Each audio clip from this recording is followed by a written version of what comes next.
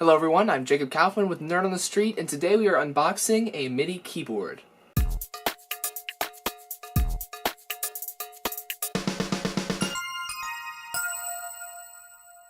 Alright, so this was one of my Christmas gifts this year, and this is the Akai MPK Mini MKII keyboard. It's called a compact keyboard and pad controller. So this is a MIDI keyboard, and what that means is this thing doesn't actually make sound itself. You plug it into a computer, and then you can use it to input notes into music programs on your computer. So, there's music keys on here, and right now, when I'm making music, say for Displaced over on our entertainment channel, or for anything, I have to click in all the notes using a mouse, and that can be kind of annoying at times. And quite often, back at the Nerd on the Street studio in my old basement, I would find myself getting up from my desk and walking across the basement to my keyboard and playing out a melody to figure it out, or playing out a chord to figure it out, and then walking back to my computer and actually clicking it into the computer, which took a little while longer. So what this will let me do is I'll be able to plug this into my laptop, and I'll just be able to play the notes, and they'll go into the computer as I'm playing them. So this is really going to make things faster, I'm hoping, and easier to make music more efficiently, and hopefully I can be more creative with the music too, using it. There's a big difference between clicking things out on a staff or clicking things out on a keyboard on a computer and clicking things out on an actual keyboard. And I do play piano, so yeah, I think this will make things easier for me, making music just for fun and for videos. So we're going to go ahead and unbox this thing. So we're going to zoom in a little bit here on our table, and I know this isn't the best unboxing setup, but I think it's pretty good compared to the alternatives available right now to me. So yeah, this is, like I said, the Akai Professional MPK Mini, and this is the Mark II. I can tell because it's got this joystick thing on the top. The Mark I was a little bit different. So if we take a look, this is the front of the box. It's just got a picture of the product here, and it says included software. Now, this software that's included is not going to work with Linux. I believe it's all Windows only. Some of it might work with Mac OS. Definitely not going to work with Linux. I do see a Mac icon on the top of the box we'll look at in a minute. However, this keyboard uses a standard MIDI interface, and I'm not quite sure what the name of it's called. It was written on the Amazon product description, but yeah, this keyboard, it uses a standard MIDI interface that all MIDI keyboards use, and Linux does support that interface. So yeah, this will work with Linux. I won't be able to use this software, but it will be able to work with things like Linux Multimedia Studio and even MuseScore. Any Linux program with MIDI support will be able to use this piece of hardware. So on the top of the box here, it just says the name of the product again, and then it also has a Mac and PC logo there. Not an actual Windows logo, but just PC. A couple of barcodes made in China. Akai, it sounds, I don't know what it sounds like in terms of a company name, but it's actually one of the name brand MIDI keyboards. One of the other ones I was looking at was an M Audio keyboard, and those are a bit cheaper than Akai products, but yeah, Akai is kind of the sticker brand, sort of the Apple of MIDI keyboards, if you will. They're a little bit more expensive. They're like the most popular for people just getting into it, and this is my first MIDI keyboard, so yeah. So features 25 synth action MIDI keys. Now I know like this is not the highest end MIDI keyboard, I'm aware of that. The keys are not fully weighted. They do detect how hard you push them, so like if I push down the keys really hard, it will play faster or play louder than if I push them down softly. But yeah, the keys aren't actually weighted, is what synth action means. There's no resistance to them, but it will detect how fast I'm playing, which is important to me. 4-way thumbstick for dynamic pitch and modulation control. We'll look at that. I'm not going to read through all these features. There's a list of features here. There's a list of box contents, and just includes everything that I would expect in here. And then there's some information about the software that comes with this. Yeah. So yeah, and in addition to the 3 pieces of music software that come with this, again, this is a driver that comes with this that lets you set presets for the different knobs and things on here. That's not going to work on Linux, but Linux should be able to do that by itself. On one side of the box, we've got Akai MPK Mini. The other side of the box also says that, and that's just about every side of the box. The bottom, same thing. Alright, so we'll go ahead and open this thing, and There's a couple of stickers here, and I actually forgot my knife upstairs, but fingernails are able to get through it today. So we'll just cut through those, slice there, and we will open this box up. Here we go. So the top flips up here, and very simple packaging. Box flips open, and here is the keyboard within the styrofoam thing holding it in place, as you can see there. So we will grab this and pull it out.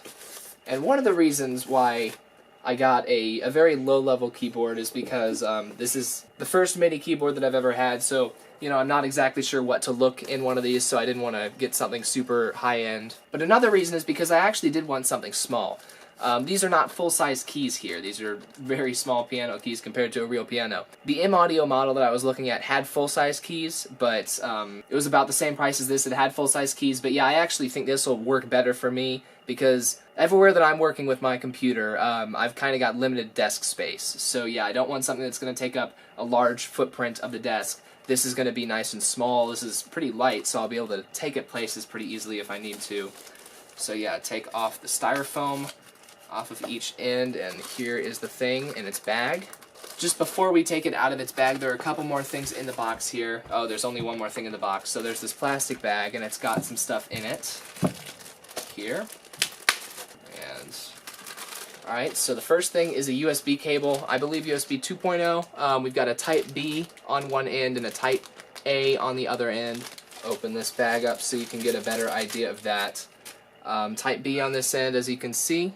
The camera focuses there. That's what Type B looks like, and then here's Type A. Type B used to be used on lots of printers and things, but yeah, these days you don't see it on a lot of stuff. It says certified high-speed USB. I think high-speed was one of those like unofficial types that they made in between 2.0 and 3.0. And just to get an idea of how long this cable is, so this is MIDI over USB. I don't know if that's a different standard than just regular old MIDI. This is how long the cable is. I'd say about 2 or 3 feet long. It's hard to get an idea of it in video, but yeah, that's about how long this is. So this is clearly made for like laptops. If your desktop is on your actual desk, like I have my desktop on my physical desk, then it's not going to be a problem to plug this in.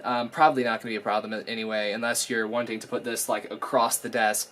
But yeah, this is clearly designed for on-the-go work, designed for laptops. Not a super long cable here, although I'm sure you can get a longer Type B to Type C cable.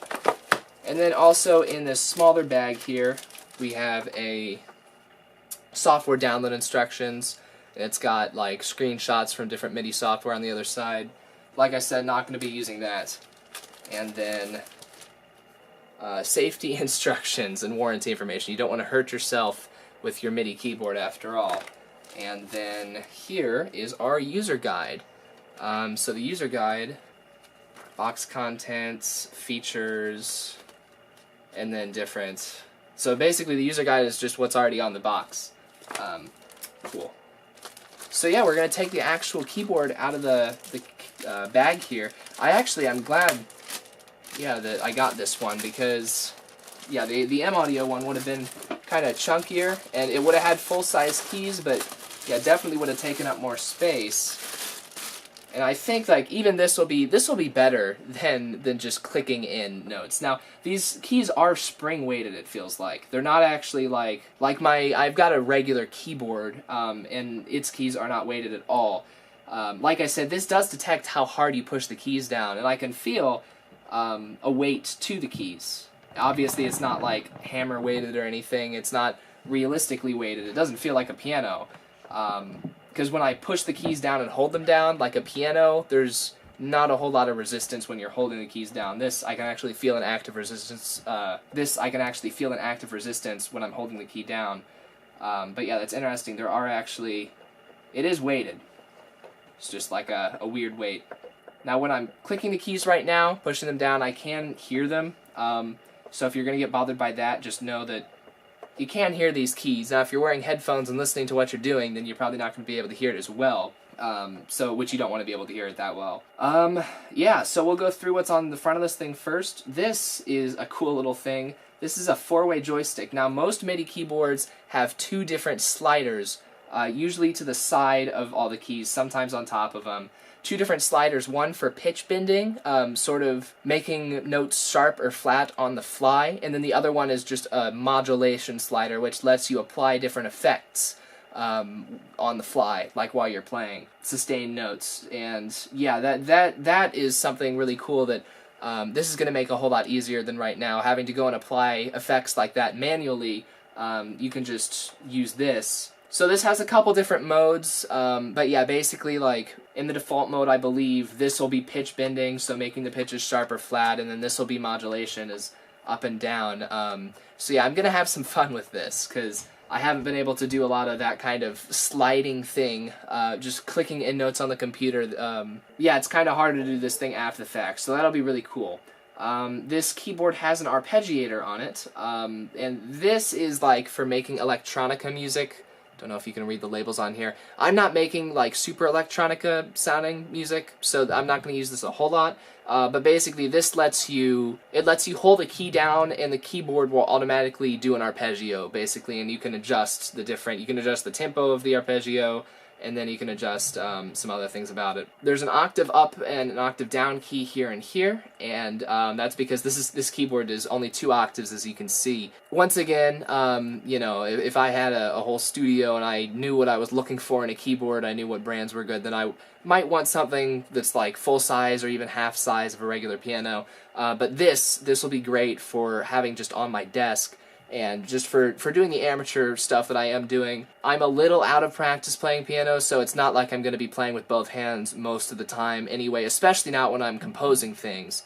You know, it's one thing to play things on the piano, but it's another thing to actually be playing things into a computer and recording them. So I'm probably going to be going one track at a time. So yeah, that's perfectly fine, only having 2 octaves. But this lets you, you know, make the keys, it plays the notes higher or lower. Based on the octave you have selected. There's a full level button, not sure what that means. There's a note repeat button, not sure what that means. If I had to guess, the note repeat would be like holding a key down and having it repeat the note or something. By the way, for the arpeggiator settings, I think you hold down one of the buttons, like a modifier button, probably one of these, and then all of these keys have little writing on top of them, and then you click the key to select whatever that option is. So yeah, if you're wondering what all these pads at the top of this are, in addition to a keyboard for melodic and harmonic things that you're doing, this also has 8 drum pads, so this lets you kind of just tap out a drum beat. So yeah, this will be cool to play around with. These don't click in. These don't click in. They can detect when you're tapping like this, apparently, but I'm not feeling them really click or even give much at all, so we'll have to see how well those work. And these do, all the buttons up here with the clear surrounding, they all light up different colors and stuff, as you could probably see on the box earlier, but yeah, that's not super important. And then here we have 8 modifier keys, or modulation keys, or knobs, I mean. And these, they're just marked K1, K2, K3, and these you can just set to different options in your MIDI program that you're using. So like Linux Multimedia Studio is what I'm going to be starting out with for this thing. You can use Ardor, or you can use other programs, but I'm probably going to try this out first in Linux Multimedia Studio. So yeah, depending on the MIDI program that you're using, you're going to have different options. So you can assign these keys to different options, and then you can change them just physically rather than having to click and change them on the computer. So yeah, that's cool. And over here, these are, it says pad controls, so program change, bank.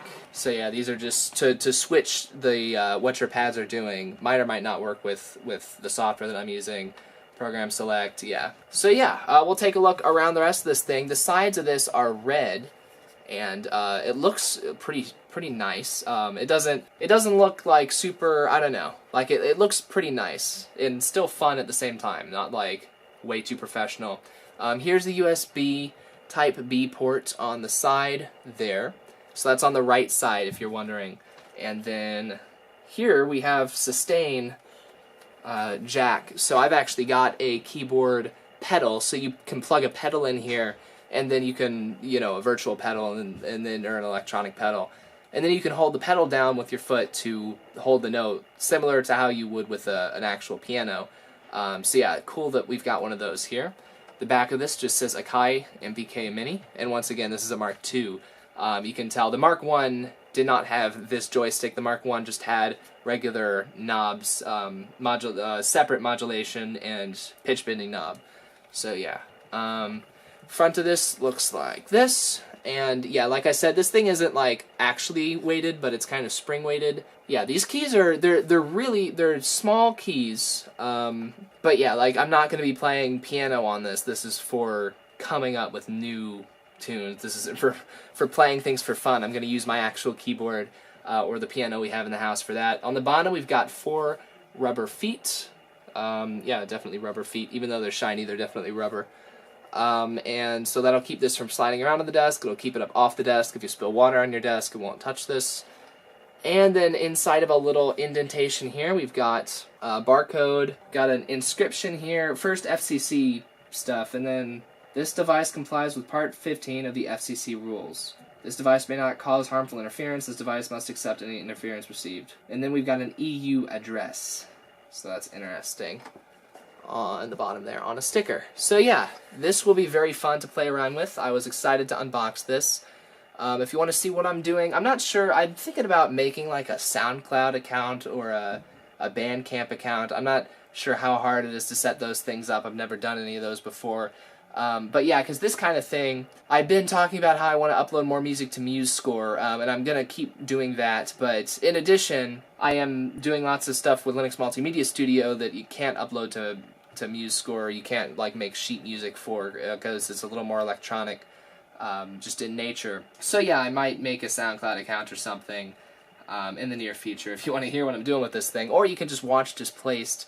When Displaced Season 3 eventually comes out, then yeah, this thing will be used for the making of the music. But yeah, that's just about all for today. Let me know if you have any questions about this product. You can feel free to ask in the comments section wherever you're watching, or on our forums over at nerdonthestreet.com. Any questions you have at all, I'm happy to answer them. This is like the latest model of this, so if you want the latest and greatest mobile keyboard, like I said, this is not the best you can get, but this is like, it's so small and compact, and it's also a good brand, and it's supposedly decent quality. So yeah, we're gonna see how it works. I might make a follow-up video about this in the future, but yeah, for now, I'm Jacob Kaufman with Nerd on the Street, and I'll see you guys later. Bye.